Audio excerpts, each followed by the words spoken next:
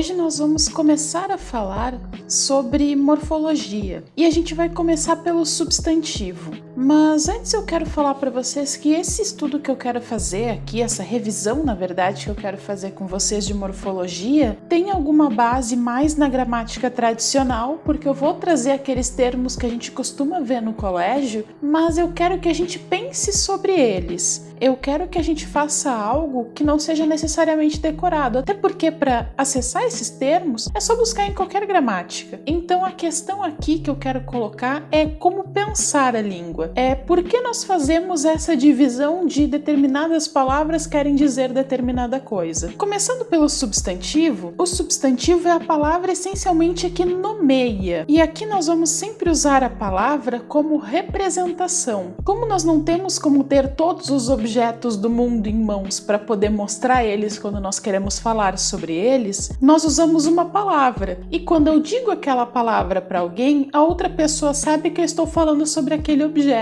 Por mais que às vezes as pessoas tenham imagens diferentes do mesmo objeto, quando eu penso numa cadeira, não é a mesma cadeira que tu tá pensando aí, ainda assim nós conseguimos pensar coisas muito próximas. E conhecendo os nomes das coisas, nós conseguimos nos comunicar. Vocês já devem ter visto uma ilustração que tem o desenho de um cachimbo e embaixo tem a frase, isso não é um cachimbo. É claro que aquilo não é um cachimbo, aquilo é o desenho de um cachimbo. Mas a partir disso é que eu quero que vocês pensem nessa questão de representação. Eu não vou ter um cachimbo em mãos todas as vezes que eu quiser falar sobre ele. Então eu uso uma palavra e ali eu também tenho a imagem dele para mostrar o que ele é. Então, o substantivo é a palavra que vai me permitir dizer sobre o que eu estou falando. E lembrem-se sempre que nada é estático, que cabe ao falante usar a língua. Nós temos inúmeras possibilidades de nomear coisas. Não se atenham a listas fechadas como essas que a gente encontra nas gramáticas ou em outros livros didáticos. O uso da língua é muito maior do que isso. E dentro da gramática tradicional nós temos algumas divisões. Por mais que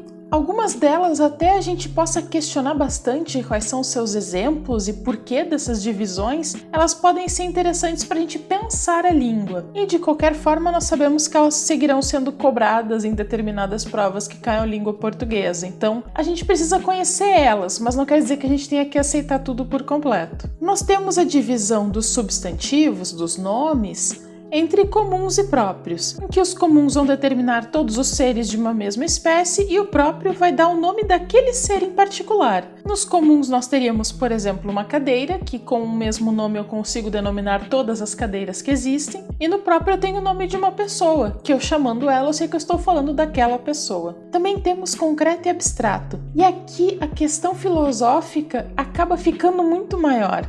Porque se fala que o substantivo concreto, ele designa seres de existência real ou que a imaginação consiga apresentar como real. Por exemplo, uma fada. Por mais que ela não exista no mundo real, a gente consegue formar a imagem na nossa cabeça de uma fada. E o abstrato falaria de qualidades, sentimentos, ações ou estados dos seres. E aqui são sempre coisas que estão necessariamente ligadas a um ser para poder existir. Se a gente for pensar de uma forma mais aprofundada, essa divisão entre concreto e abstrato acaba sendo uma divisão muito fluida, muito particular. Cada um de nós pode ter, às vezes, uma percepção diferente do que sejam esse concreto e esse abstrato, e pode colocar as mesmas palavras em lugares diferentes e não estar necessariamente errado, porque cada um de nós pode ter uma percepção diferente de cada uma delas e uma explicação que pode ser verdadeira também. Ainda temos a divisão entre simples e composto, sendo o substantivo simples aquele que só tem um radical e o composto aquele que tem mais de um radical. E nós já falamos sobre isso nos vídeos sobre formação de palavras,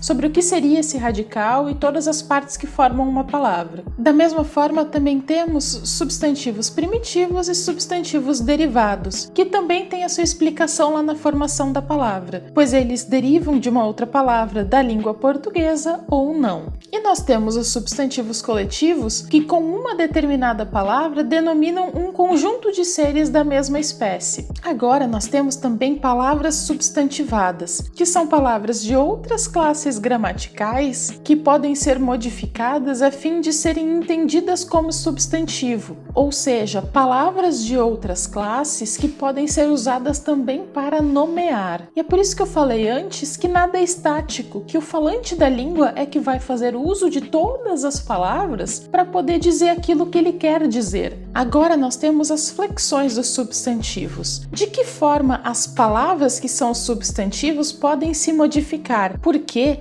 substantivos se modificam. Eles se modificam de forma que eles consigam determinar ainda melhor aquilo que eles nomeiam. Eles conseguem se adequar em gênero, em número e em grau àquilo que se quer nomear. É importante ter isso em mente porque há outras classes da língua portuguesa que não se modificam. Mas aqui, como o substantivo ele nomeia algo, me parece bem claro que ele precisa se adequar a esse algo, que ele é um nome para aquilo e que ele precisa determinar aquilo com a maior precisão possível, e é por isso que a palavra em si vai se modificar para aumentar essa precisão para nomear. Nós temos a flexão em gênero, que em língua portuguesa se dá essencialmente entre feminino e masculino, mas essa divisão tradicional não quer dizer que ela abarque todos os seres. A língua é incrível, mas ela não consegue abraçar todo mundo.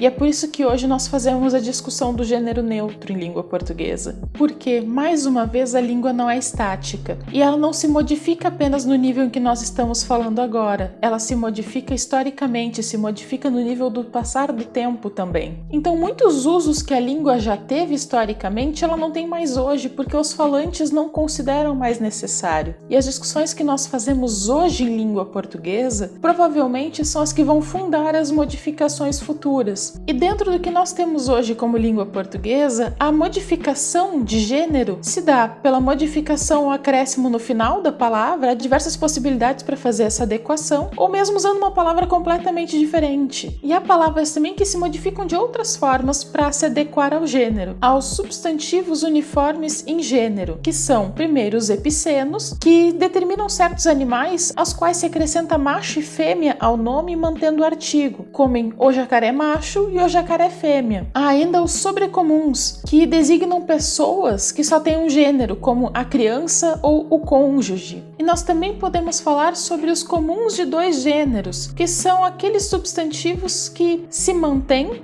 mas que trocam o artigo para se adequar ao gênero daquilo que é nomeado, como o colega e a colega. Algumas gramáticas trazem também o substantivo de gênero incerto, que seria um gênero flutuante, mas ele tem um caráter mais literário do que um uso propriamente na fala natural da língua portuguesa, mas só para deixar registrado aqui que existe. E nós também temos os nomes das cidades, que geralmente são femininos, mas há casos em que é no masculino também. Da mesma forma, há diferentes gêneros para uma mesma palavra, porque eles podem com isso dar significados diferentes para aquela palavra, como o cura, que é o padre, e a cura, que é a cura de uma doença mesmo. Então percebam que há inúmeras possibilidades de fala dentro da língua portuguesa para que a gente possa nomear as coisas. Por mais que alguns nomes aqui sejam estranhos e algumas coisas a gente precise lembrar mesmo, a minha ideia aqui é lembrar disso para a gente repensar a língua portuguesa. Porque aqui, por mais que sejam novos nomes que às vezes a gente não conhece, a gente só está nomeando coisas, vejam só, nomeando coisas que a gente já usa. Por mais que pareça algo vazio fazer esse tipo de classificação, ela é interessante para nós vermos o que nós fazemos em língua portuguesa e a partir disso pensar o que mais nós podemos fazer. Eu acho que esse é o grande intuito de estudar a gramática da língua portuguesa. Também há a flexão em número, em que os substantivos poderão estar no singular ou no plural. Sendo no singular aquele que indica apenas um ser ou um grupo, e no plural aquele que indica mais de um ser ou mais de um grupo. Normalmente em língua portuguesa esse plural é marcado pelo S, mas há também outras formas que na sua maioria também incluem o S, mas fazem outras modificações na palavra. E por fim, há também a flexão em grau. E essa flexão ela é interessante porque ela determinaria o tamanho daquilo que se nomeia, sendo no aumentativo aquilo que quer aumentar ou dizer que é grande aquilo que se nomeia, e no diminutivo, para diminuir ou para dizer que é pequeno aquilo que se nomeia. E aqui também temos determinados sufixos que são utilizados para dar o caráter aumentativo ou diminutivo. Existem diversas das listas que falam dos coletivos, das formas de plural, das formas de grau aumentativo ou diminutivo, e eu posso fazer esses resumos aqui para colocar lá no Instagram. Mas a grande ideia aqui é nós percebermos que a questão do nomear, de representar as coisas, é muito importante dentro da língua. Eu diria que essa é uma das principais classes de palavras, porque essa é uma das primeiras coisas que a gente vai querer fazer. Quando a gente chega ao mundo, a gente está conhecendo as coisas, e para a gente conseguir se comunicar, nós precisamos falar para as outras pessoas sobre essas coisas. Então por isso que me parece tão importante a gente pensar nos substantivos, além dessas classes todas que a gente já tem na gramática tradicional, e sim pensar o substantivo como esse ato de nomear, ir além de comum ou próprio, concreto e abstrato, mas sim pensar na representação. Bom, pessoal, esse foi um breve resumo sobre substantivo e nós vamos continuar falando sobre morfologia. Até os próximos vídeos!